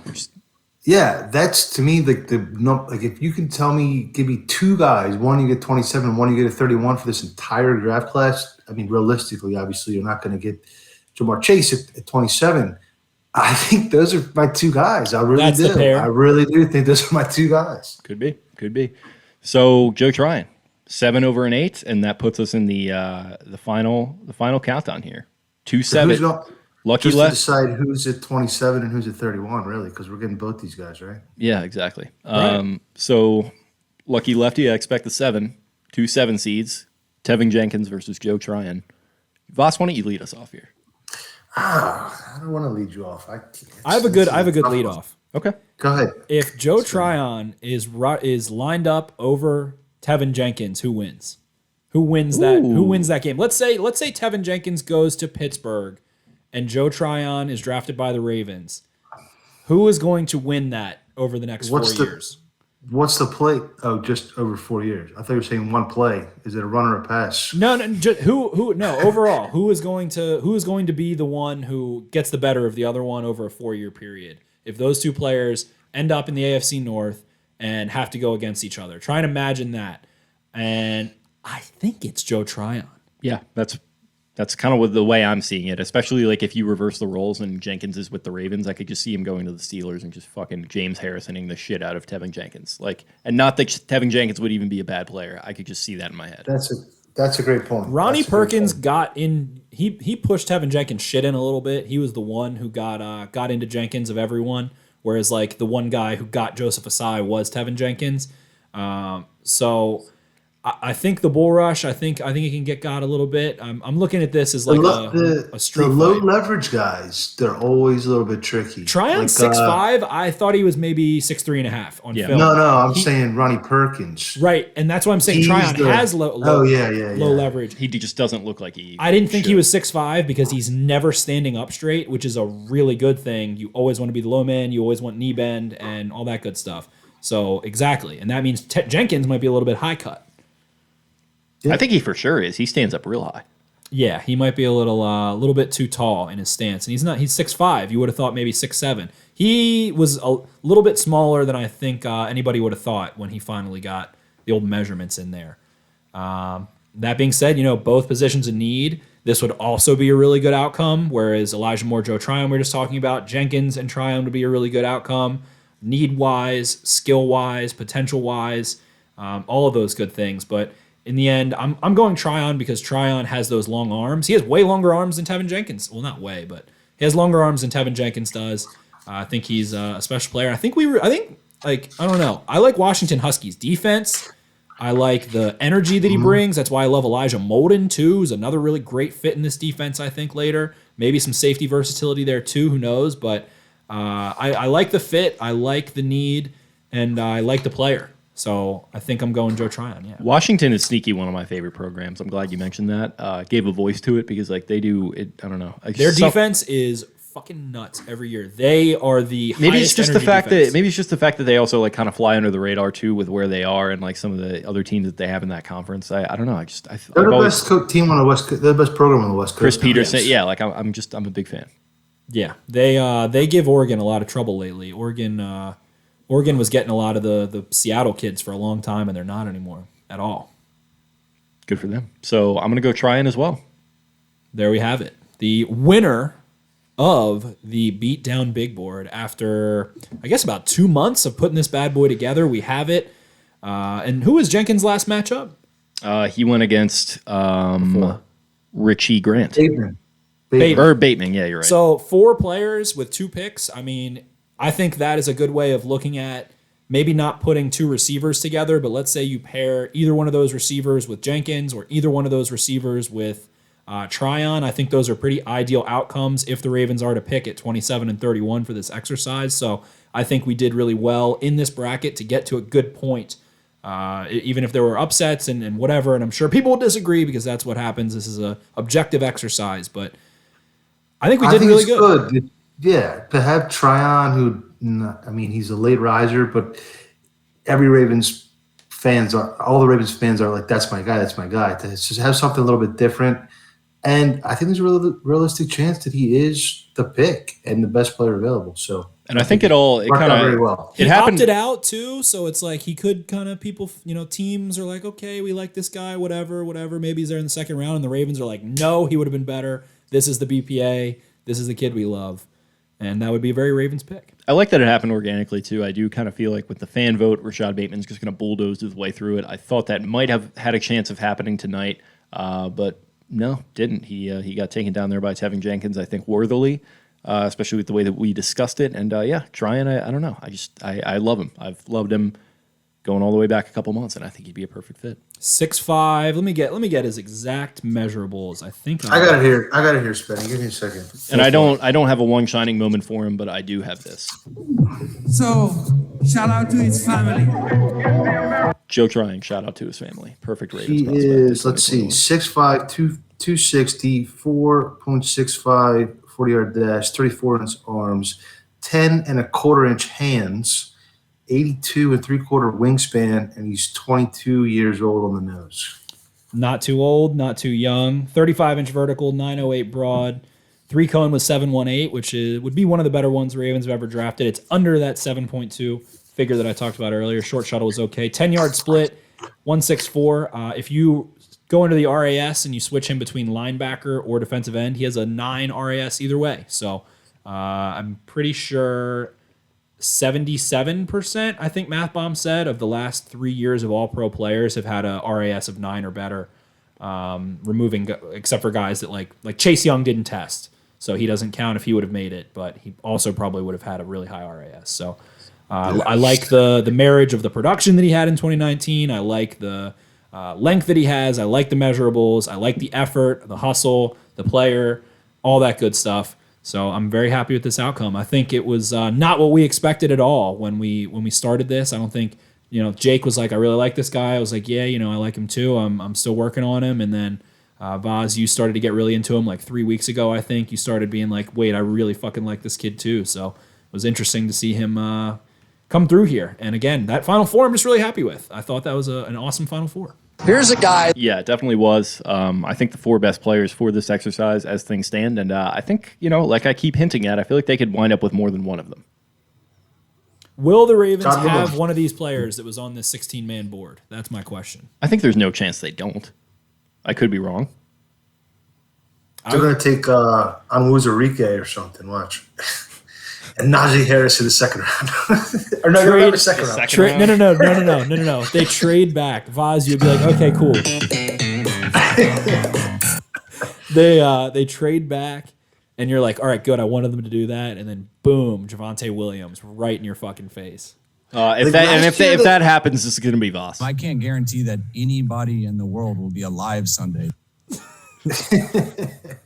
Last year they had only like a few needs, really. I think they were a little bit better positioned entering the draft. So it was like specific. It was literally just linebacker. You need to get this, you need to get this, you need to get this. This year there's like, I could probably go in a lot of different directions. I won't love it if they take guard, but it'll be okay. As long as I don't take an inside linebacker, running back, or quarterback, I'll probably be pretty happy. If they took a linebacker at like 136 or 171, I'm like, all right, cool, that's fine. They probably got someone that's slid a little bit that they like a Monty Rice or something. That would be fine. Linebacker, I wouldn't hate, right. But as long as it's like Zaven Collins, like I don't know. If they traded back and took Zaven Collins at like 55, I would be like, sweet. Yeah, that's fine. Yeah. But that's fine. First round, he's got some versatility. He might be the rainmaker. He might be the one who destroys Larico's household. No, Collins I'm cool with. I can't guarantee that anybody in the world will be alive Sunday. You do like Collins, I forgot. No, I like Collins. Josh talked me to Collins. I like Collins. There's not a whole lot of guys I don't like. I just stay away from running back. Obviously not a quarterback. Don't take it inside. I think okay. Now that we're here, I think I'd like to attempt to assuage some of your fears. And I've had plenty of issues with the way they've conducted some things this offseason. I think you're safe in that regard. I think you are. Feel free to make me one of those people that is not going to be alive on Sunday. But I think you're okay. No back. No, I'm excited. I'm looking forward to it. It should be fun, really fun. And you get a defensive tackle who rushes the passer. That's extremely valuable. I'm all about that. Davion Nixon. Sure. Yeah. There could be some intriguing options, but this Ravens draft, I don't know. It feels like they think this could be the most like obvious one ever. I kind of think. I don't know. DaCosta also, someone pointed out an interesting fact to me. 16 of 18 DaCosta's picks in his first 2 drafts have been from a Power 5 school. It's quite insulting. I'm insulted by it too, to be honest. So he's kind of going chalk. Like he's How many team captains? Has to be at least 10. Holy shit. Was he a captain? No. Get him out of my fucking face. I'm on my way to Duncan and I don't want to talk about him again. Gonna drink some Coca-Colas. Discuss whether he was a team captain or not while I'm going through these micro processes. Is he a leader? Miles Kenefick. Who is let's remove the tight ends. Who of our board of all the guys we got before we get out of here, who do you not want? Who do you guys not want? Who is the least appealing outside of the tight ends? I would say Barmore. I just don't I don't need D-line help. Show me the board again real quick. Can you put it up? Yeah, 1 second. Barmore makes sense. Yeah, I just I've mentioned it and I went against it a little bit with trying, but it's just like let's figure this out with offense. Can you read those okay? Yeah, I see him. I mean, I like all these guys. that's what I'm saying. Like that's why it's a good bracket. Pretty open to this. Yeah, I'm great job at the bracket. I'm open to this class. If the Ravens take Phillips, the Ravens, after all they've been through with injuries and stuff, you got to feel good about that. Even, you know what I mean? And any of these guys really. I think the weak links are probably both the Bama boys, Leatherwood, Barmore. Yeah. McNeil, because he's a nose tackle, makes sense, but I fucking love him. I guess, I don't know. Terrace Marshall, I'm not in love with. I like him really scared to have a take on Terrace Marshall because I do think there's a world where he's a really good receiver. I'm like, it's all about the fit. It's like I've been saying. I don't love him for the Ravens. I feel like he could be good, like with the Packers, like you mentioned, or like the fucking Broncos or some stupid shit. Yeah, like the Broncos have like give us Tim Patrick back, you motherfuckers. Yeah, it's unreal for fucking Drew Lock and potentially Justin Fields to just be slinging up. They're gonna have Patrick, Judy, Hamler, and Sutton, and Drew Lock, who said he doesn't know what the hell's going on half the time. That is a lot of fun. Well, I guess they might find someone else. I don't know. Please put Justin Fields in the Broncos. They have a really good offensive line too. What picks do they have? 9 or 10. 9. They have 9. They can make that work. Probably. I would love Justin Fields on the Broncos. That would be my ideal fit for him. I think he would look good in the uniform. I think he fits the Denver persona. He's vegan. I think he would kill it there. He's vegan? I got to bring him down my draft board then. Yeah, there's the whole vegan study that Tony Gonzalez went vegan and had to get off. Sims and Lefko were big on that several years ago, and he's plant based. Listen, I don't think vegan. I think plant based is his term. If you're going, Zac Efron is too. So if you're going to Menver and just smoking Kush and not eating meat and slinging the rock around, I mean that's an interesting fit for him. I think. I would love to see him with Judy, with Sutton, with Fant. God, they have just they have a fucking embarrassment of offensive talent. They just can't do anything. And they could pretty much go straight defense and maybe Melvin Gordon too. Voss's guy. Yeah, he's fine. Hey, Philip Lindsay, burn and turn. He's not there anymore. He's not there anymore. No, that's what I'm saying. You burn and turn. Oh, you right. Get a UDF like you're dealing Texas Hold'em, right? Yeah. You get a UDFA, you run them in the ground for 3 years, then you release them. Well, yeah, you're in Denver, so of course you're burning and turning. Exactly. But see how many weed references I can sneak in before we get out of here. Yeah, so I think the guys that I'm scared to have a take on are Marshall, Aguilari a little bit. And other than that, I think I'm good.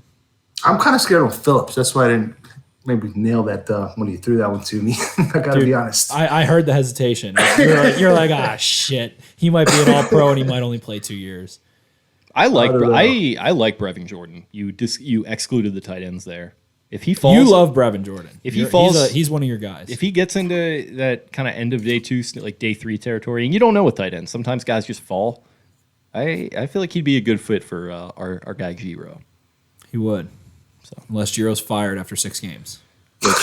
Listen, you're all over that block. Hope to God that it doesn't happen, but would be great, interesting content. Can't believe the last time they fired an offensive coordinator mid-season. What happened? They should fire their offensive coordinator every single year. You fired.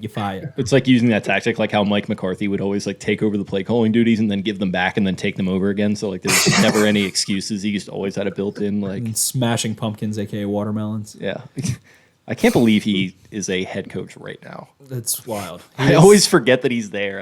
I always expect. He just reminds me of like you meet a girl and you like meet their parents and it's like the girl whose dad just like doesn't really talk and he just sits there and watches TV on the lazy boy and he just like has a double chin and like is just very like the wife runs the household like just a blank stare at the TV. Yeah. He just kind of doesn't really have much to say. Like that's what I imagine of him being like. Didn't he like hire a bunch of ex-coaches and start like studying analytics or something for a year? What a hustle! They just hustled somebody to get a job. Listen, that's what you do. If you he's just been listening to PFF's like fucking podcasts. he also doesn't know what a podcast is. And he's like, hey, you come on in here. No, I don't know what his wife named, but he's like, hey Jenny, turn on that PFF nonsense again. That radio on the internet thing. How do these guys make money? He's like, all right, I'm never fucking punting the ball again. That's it.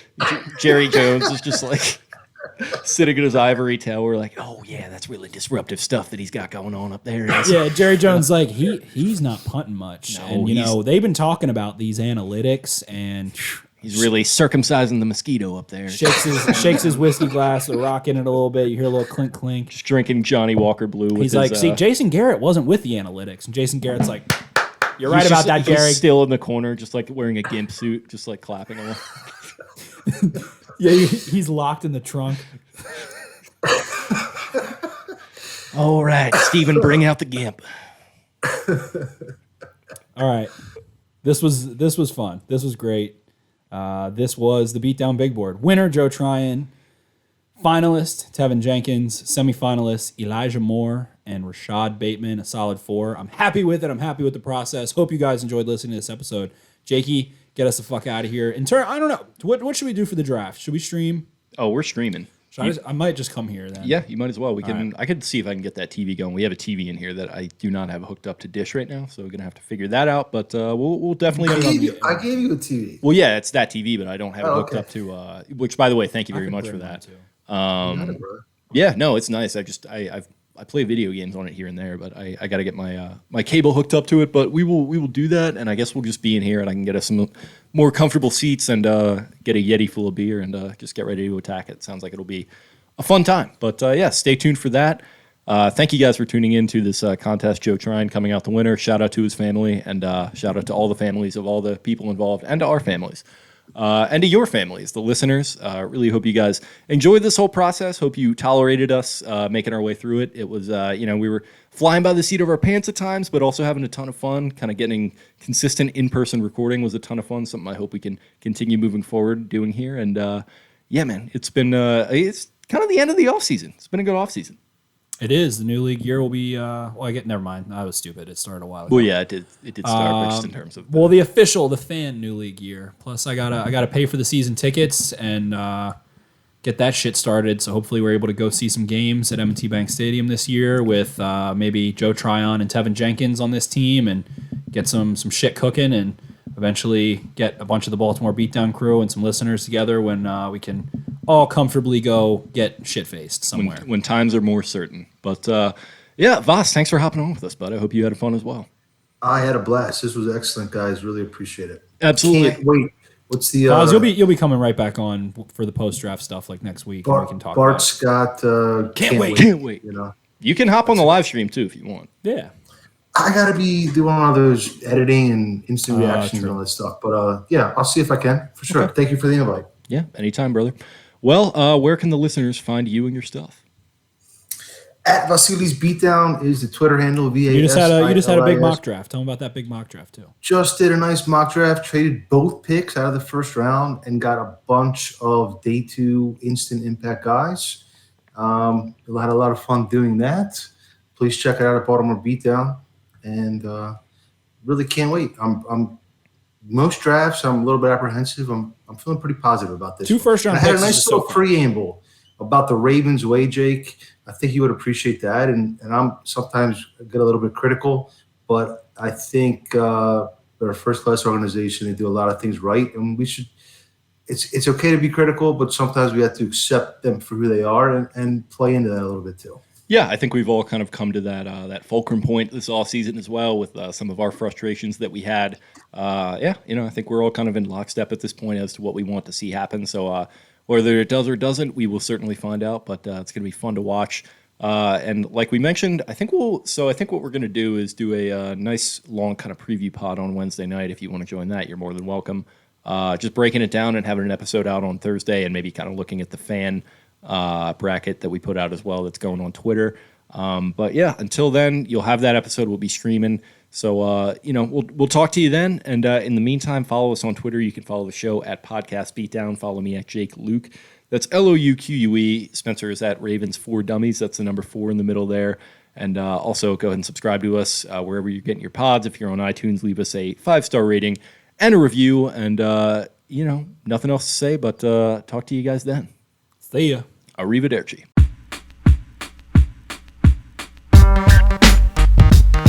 Gorlami. Gorlami. Arrivederci. Arrivederci. Arrivederci. Arrivederci.